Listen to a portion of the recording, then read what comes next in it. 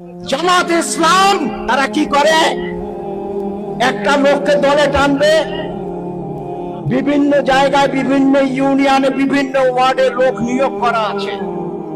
সেই লোকগুলি হচ্ছে বেতনভোগ কর্মচারী। সেই লোকগুলি বেতনভোগ কর্মচারী আপনারা জানেন না। যিনি এখানে বক্তব্য দিয়ে গেছেন জামাতের উঁচু পর্যায়ের কোন নেতা, আমি বলবো না, নাম উচ্চারণ করবো না, তারাও কিন্তু জামাতের বেতনভোগ কর্মচারী। এবং এই বেতনটা কোথা থেকে আসে জানেন? এই বেতনটা হচ্ছে গ্রামের অতি নিরীহ সাধারণ মানুষের পিছনে এরা কাজ করে। তাদেরকে কি বলে যে আপনি আমাদের দলের সাথে সম্পৃক্ত হন, আপনার পরিবারের সমস্ত কিছু আমরা দেখব। আল্লাহ চাহে তো আপনারা আমাদের সাথে সম্পৃক্ত হলে দিনেরও কাজ হলো, হ্যাঁ, দিনেরও খেদমত হলো, আপনাদেরও কাজ হলো। আসে আমাদের সাথে সম্পৃক্ত হন। ওই লোকগুলিকে কোথায় ধরে?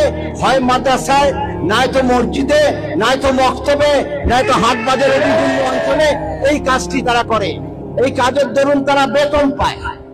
এবং কাজটি করার পরে যখন সেই লোক এগ্রি করে, গ্রহণ করে যে হ্যাঁ আমি আপনাদের সাথে সম্পৃক্ত হব, তখন একটা ফর্ম ধরায় দেয়। একটা ফর্ম ধরায় দেয়, তাতে লেখা থাকে আপনার নাম কি, আপনার বাবার নাম কি, আপনার মায়ের নাম কি, আপনার ঠিকানা কি, ইত্যাদি ইত্যাদি ইত্যাদি। তারপরে আসল জায়গা আসে। তো তারপরে পরে সপ্তাহে কয়দিন নামাজ কামাই করেছেন, কয়টি নামাজ কাজা করেছেন, ভালো কাজ কি করেছেন, খারাপ কাজ কি করেছেন, আল্লাহর কাছে দিনের জন্য কতটুকু জেকের করেছেন, ইত্যাদি ইত্যাদি অনেক কিছু বলার পরে আসল কথা বলে। সেটা কি জানেন? সেটা বলে যে আপনার ইনকাম কি। এবং সেইটা কিন্তু আমার কাছে বলতেছে, আমাকে দিয়েই বলা এনেছে। বলে আপনার ইনকাম কি। আমি হয়তো বললাম যে আমি মাঠে জন দেই, আমি ডে লেবার, মাঠে কাজ করি। আলহামদুলিল্লাহ, মাঠে কাজ করেন, আপনি কত করে পান? আমার 500 টাকা করে দেয়।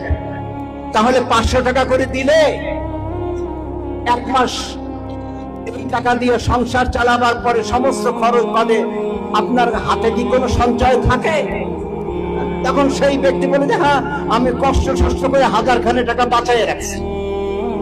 আপনি দিনের খেদমতের জন্য, আমার এই এনজিওর খেদমতের জন্য আপনি বলেন যে আপনি 2 কোটি টাকা, শতকরা 2 কোটি টাকা দিবেন, দিতে পারবেন? আলহামদুলিল্লাহ। সে বলে যে হ্যাঁ আমি দেব, আলহামদুলিল্লাহ। এইবার